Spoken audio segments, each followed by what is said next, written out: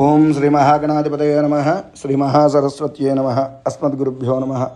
భవమంత్ర ఛానల్లో ఈ రోజున మన శ్రోతల్లో ఒక శ్రోత అడిగారు మార్తాండ భైరవుడి గురించి చెప్పమని. ఈ మార్తాండ భైరవుడి గురించి చెప్పమని విషయం వాళ్ళు అడిగేటప్పటికి నాకు కూడా చాలా ఆనందం కలిగింది. ఎందుకయ్యా అంటే మార్తాండ భైరవ సాధన చాలా సులభమైనది, అతి శీఘ్రంగా సిద్ధించేటువంటి సాధన. అలాగే ఈ మార్తాండ భైరవ సాధనలన్నిటిలోకి కూడా ఈ మార్తాండ భైరవ సాధన చాలా ఉత్తమోత్తమం, చాలా సులువైనది. ఈ మార్తాండ భైరవుడి గురించి తెలుసుకోవాలి అనుకుంటే దానికి ముందు చిన్న కథ తెలుసుకోవాలి. ఒకసారి మల్ల మణికంఠ అనేటువంటి ఇద్దరు రాక్షసులు ఉండేవారు.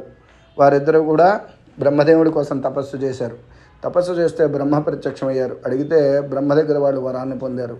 వరాన్ని పొందిన తర్వాత వారు రాక్షస ప్రవృత్తి ప్రకారంగా వారందరినీ కూడా బాధిస్తూ ఉంటే దేవతలందరూ కూడా ఈశ్వరుడి దగ్గరికి వెళ్ళి, మాకు కష్టం కలుగుతోంది, మల్లా మణికంఠ అనేటువంటి అసురులను చంపి మమ్మల్ని కాపాడమని ప్రార్థిస్తే అప్పుడు ఈశ్వరుడు సూర్యమండలంలో నుంచి భైరవ రూపంతో ఉద్భవించి ఆయన ఈ మల్లని అలాగే ఈ మణికంఠని అనే రాక్షసుల ఇద్దరిని కూడా సంహరించారు.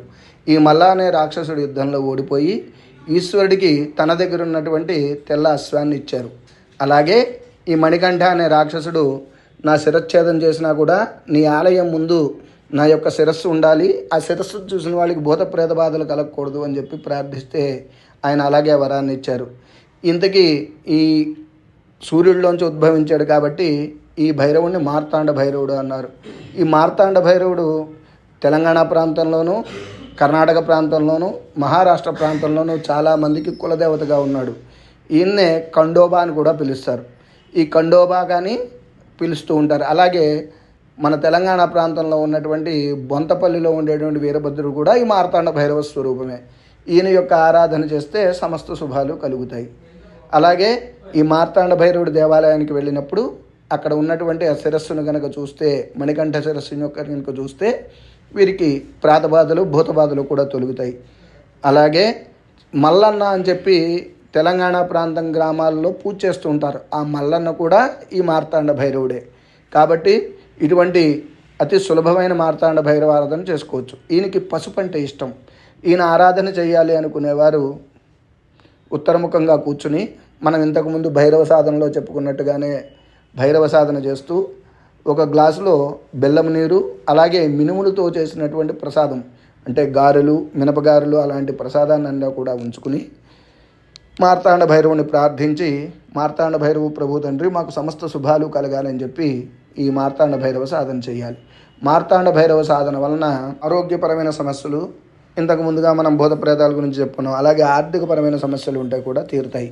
ఎవరైనా ఈ మార్తాండ భైరవ సాధన చేయాలనుకుంటే శనివారం రోజున కానీ మంగళవారం రోజున కానీ ఈ సాధన ప్రారంభించాలి. ఈ సాధన కేవలం రాత్రిపూట చేయవలసిన సాధనే. మిగిలిన భైరవ సాధనలన్నీ ఉదయం పూట చేసుకోవచ్చు, కానీ ఈ భైరవ సాధన మటుకు రాత్రిపూటే చేయాలి. అలాగే 21 రోజులు కానీ 28 రోజులు కానీ భైరవుడి యొక్క సాధన చేస్తే సమస్త శుభాలు కలుగుతాయి. మీరు కనుక ఈ భైరవ సాధనని చేస్తే ఒక 4-5 రోజులలో మీకు దీని యొక్క ఆ శక్తి మీకు తెలుస్తూ ఉంటుంది. ఈ మార్తాండ భైరవ మంత్రం, మార్తాండ భైరవాయ నమః అనే మంత్రాన్ని చేస్తే సమస్త శుభాలు పొందండి. శుభం.